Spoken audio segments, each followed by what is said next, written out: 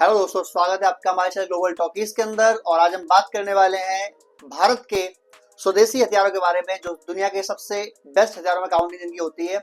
और ऐसे कौन से 10 अचूक हथियार हैं इंडिया के पास, भारत के पास, जो तबाही मचा सकता है हमारे दुश्मन मुल्कों के हिसाब से। तो सबसे पहले बात होगी ब्रह्मोस के बारे में।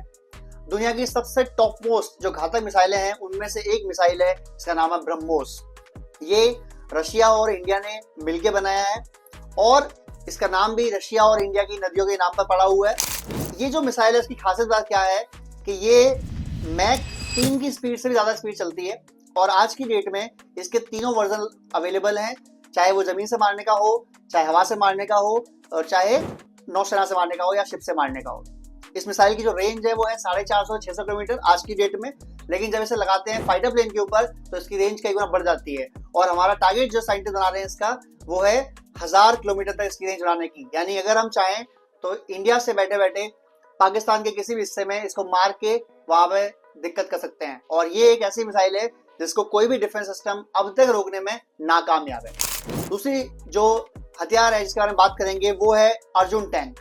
अर्जुन टैंक अगर युद्ध का मैदान हो, जहां पर रेतीला मैदान हो या फिर जहां हो पहाड़ी एरिया, जहां पर आपकी नॉर्मल चलने में दिक्कत हो इंसानों को, जिसमें प्लेन एरिया हो जैसे कि लेह लद्दाख का एरिया है, तो वहां पर टैंक वॉर बड़ा घातक काम करता है, बड़ा अचूक काम करता है।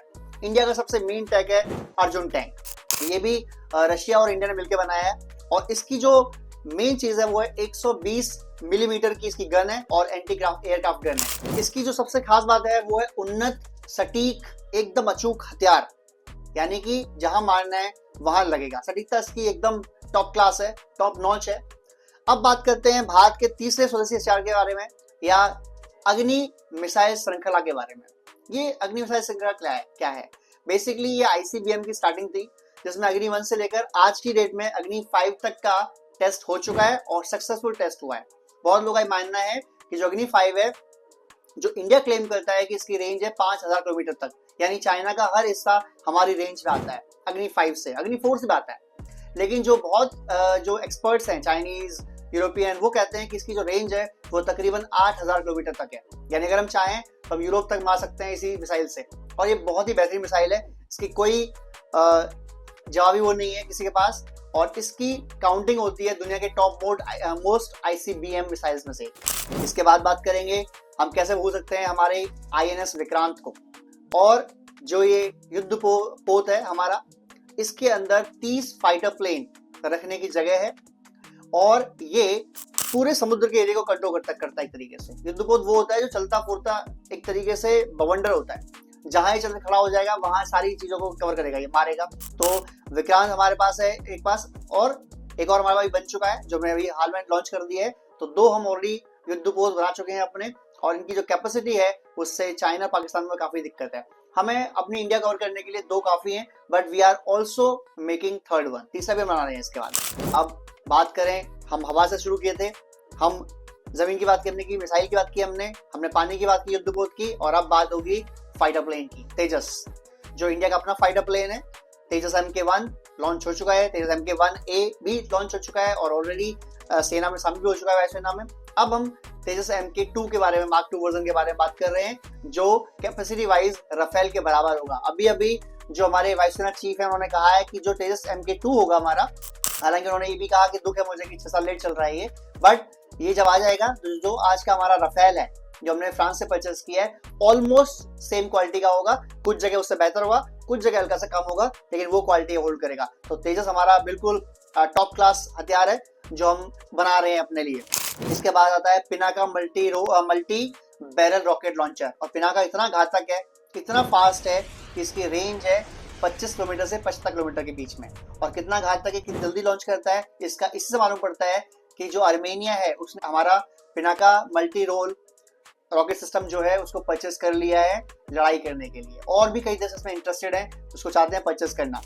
उसके बाद आता है INS अरिहंत। ये हमारी पनडुब्बी है, ये हमारी पनडुब्बी है जो न्यूक्लियर सबमरीन है। और ये वो सबमरीन है जो पानी के अंदर रह के इंडिया को सेकंड स्ट्राइक कैपेबिलिटी देती है। यानी अगर बाई चांस किसी ने हम पर हमला किया और हमारे जहां जहां न्यूक्लियर हथियार है वहां मिसाइल दाग दी और हम सपोज अपनी मिसाइल से हमला नहीं कर पाए, तो क्या इंडिया अपना न्यूक्लियर अटैक वापस नहीं कर पाएगा? क्या ये नहीं कर सकता? तो कौन करेगा उस केस में? ये पनडुब्बी करेगी, न्यूक्लियर सबमरीन करेगी हमारी, क्योंकि ये कई हजार फीट समुद्र में रहते हैं। कहाँ पड़े होते हैं किसी को कोई पता नहीं होता इनके बारे में। सर्च करना बहुत ही इम्पॉसिबल है। हो सकता है चाइना के समुद्र में घूम रहे हो और उनको पता ही ना हो। इस तरीके से काम करते हैं। फिर ये अटैक करेंगे और ये हमारी न्यूक्लियर कैपेबिलिटी को इंक्रीज करते हैं, हमारे डिफेंस को भी इंक्रीज करते हैं और अटैक कैपेबिलिटी को भी इंक्रीज करते हैं। अब बात करते हैं भारत के 8वें हथियार के बारे में जो स्वदेशी है, और वो है नाग मिसाइल, या इसको बोलते हैं एक ऐसा हथियार जो कंधे से भी लॉन्च कर सकते हो आप, जो आप रॉकेट लॉन्चर से चला सकते हो, और इसका जो मेन निशाना होता है वो होता है टैंक। इसे बोलते हैं एंटी टैंक गाइडेड मिसाइल। और ये टैंक को बहुत अच्छे तरीके से निशाना बना सकती है। जब कभी टैंक वॉर चल रही हो वहां पर दुश्मन के टैंक को रोकने के लिए ऐसी मिसाइल्स बहुत ज्यादा कामयाब होती हैं। इसके बाद बात करेंगे भारत के अपने स्वदेशी रुद्र हेलीकॉप्टर के बारे में।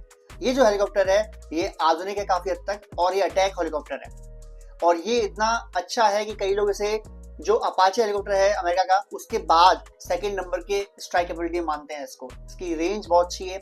इसकी जो उठने और उतरने की क्षमता है वो बहुत कम एरिया में लॉन्च कर सकता है, यानी पहाड़ी एरिया में ज्यादा कामयाब है, क्योंकि जो छोटे साइज के होते हैं वो पहाड़ में जल्दी उतरने में सक्षम होते हैं, हमला करने में सक्षम होते हैं। ये वहां पर काफी काम करता है। इसके अंदर अत्याधुनिक जो मशीन गन होती है वो लगी होती है, कुछ मिसाइल्स भी होती है इसके अंदर, rocket anti tank guided missile भी होती है इनके अंदर। तो ये काफी हद तक एक अचूक हथियार है।